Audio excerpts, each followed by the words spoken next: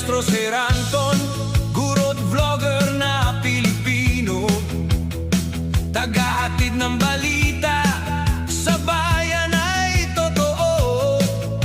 Mga benepisyo ng guro, kanyang tinatalakay. Video natin ngayon mga kamaestro ay pag-usapan at alamin naman natin itong Ginhawa Bill or yung Senate Bill number 56.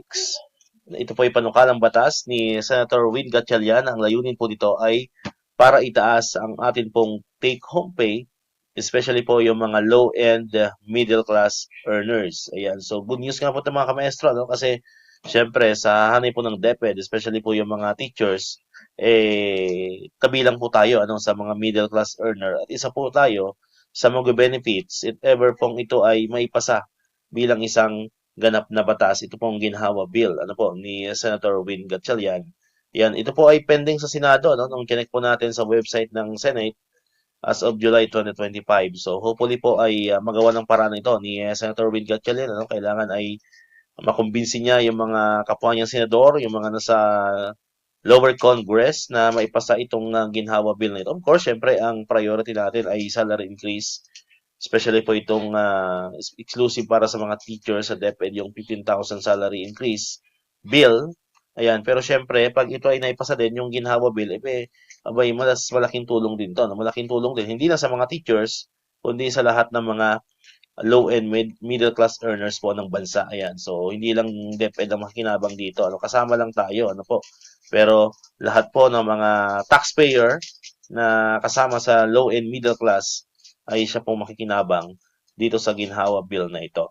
Alright, so tingnan po natin yung summary and highlights nitong Senate Bill number 56, so yung Ginhawa Bill ni Senator Win Gatchalian.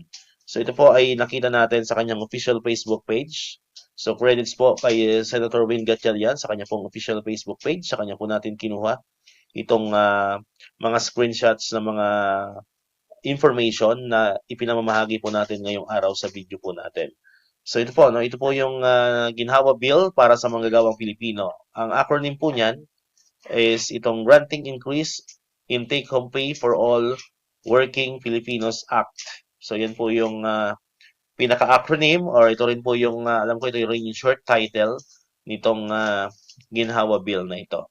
So ano nga ba ang highlights niyan? So karagdagang tax relief para sa low and middle income earners. So nabanggit ko na kanina, tayo po sa DepEd, ayan, ay kabilang tayo sa mga middle class earners. So isa po tayo sa makikinabang nitong Ginhawa Bill na ito, mga kamaestro.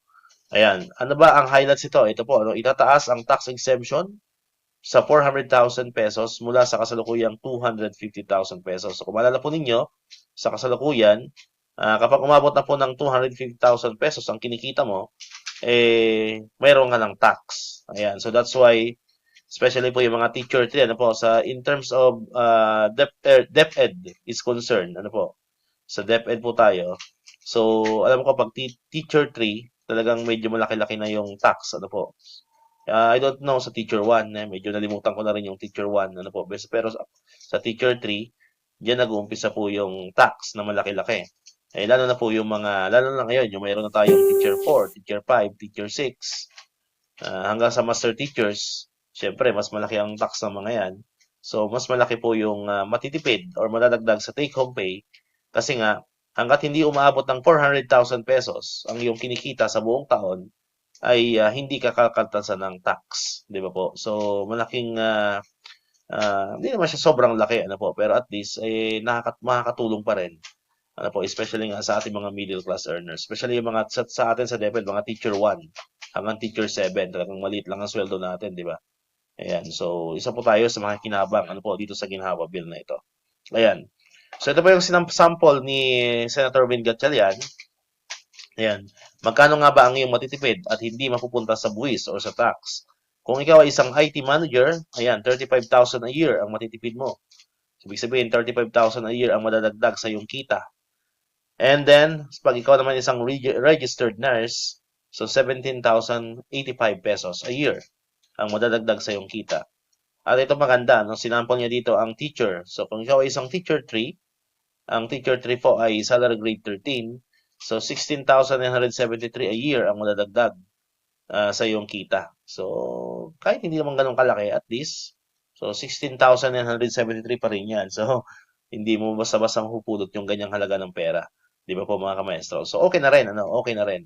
Then, kung ikaw naman isang call center agent, so 3,765,000, 3,765 pesos a year naman ang madadagdag sa iyong kita. Okay? So, ito po yung mga sample lamang. Siyempre, magbabago po yan. Depende po sa inyong salary grade, depende po sa iyong kinikita, no? Sa iyong basic salary. So, syempre, the more na mataas ang iyong basic salary, mas malaki yung tax na or mas malaki yung madadagdag na take home pay mo. Kasi malaki yung tax. So, syempre, di ba alam naman natin yan, habang lumalaki yung sweldo, tumataas din yung tax. So, ibig sabihin, mas lalaki rin ang magiging take home pay mo. Di ba po? Okay. So ito po yung nakita natin sa website ni Senator Win Gatchalian. Ito po yung article about dyan para mas malinawan tayo. So sabi diyan, Win sa balita, Gatchalian presses for urgent passage of Ginhawa Bill to boost middle class take-home pay. So, urgent. Di ba po? So, andyan yung word na urgent. Sana nga ay magawa ng paraan ni Senator Win Gatchalian at sana po ay hindi ito mapasama sa mga natutulog ng bill sa Senado at sa Kongreso, di ba? Kasi alam naman natin yan, always tayo nagbabalita ng mga ganitong mga bills. So, marami pa rin talaga ang natutulog, no? Inahain lang pero hindi walang development, ano? Kumbaga sa ang term na ginagamit natin, natutulog lamang yung mga bills sa Congress at saka sa Senate. Kasi hindi naman automatic na pag yan ay naging isang bill ay magiging isang ganap na batas. So depende pa rin yan sa effort ng author, the principal author of course. And syempre kung paano niya hikayatin ang kanyang mga kasamahan sa Kongreso. 'Di ba? Kasi hindi lang naman yan about sa author kahit gaano ka kapursigido bilang author ng isang bill kung ang mga kasamahan mo ay hindi mo makumbinse. So wala ring mangyayari sa bill na iyong hinihain, 'di ba po mga kamaestro? So yan. So sabi diyan, Gatchalian iginiit ang agarang pagpasa ng ginhawa bill para itaas ang take-home pay ng mga middle class. Nanawagan si Senador Win Gatchalian ng agarang pagsasabatas ng panukalang ginhawa o ang Granting Increase in Take-Home Pay for All Working Filipinos Act. Layon nitong tulungan ang middle class na makasabay sa tumataas na presyo ng mga bilihin dulot ng krisis sa gitnang silangan. Layo ng panukalang batas na mapataas ang take-home pay sa pamamagitan ng pagtaas ng income tax exemption threshold sa 400,000 kada taon mula 250,000. Sabi ng senador, magbibigay ito ng malaking ginhawa para sa mga manggagawang Pilipinong nasa middle class. Layunin din ng panukala na itaas ang limitasyon ng tax-free bonuses sa 150,000 mula sa kasalukuyang 90,000 pesos. Kailangan din ng middle class ng tulong para maibsan ang pasakit na dulot ng mataas na presyo ng langis at mga bilihin.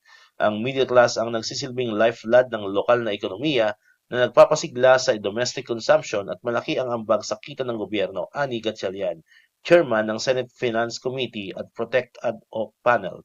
Layon din ng panukalang ito na alisin ang buwis sa mga service charge na natatanggap ng mga manggagawang sa sektor ng serbisyo, gayon din sa mga karagdagang bayad tulad ng overtime pay, holiday pay, night shift differential, hazard pay at maging sa mga honoraria at allowance ng poll workers. Oh, yan, poll workers. So maganda ito mga kamaestro, no? Kasi alam naman natin, pag tayo ay nagsisilbi bilang poll workers during election, may tax pa po, yung nakukuha po natin na honoraria. So dito po sa Ginhawa Bill ay layo nitong alisin, ano?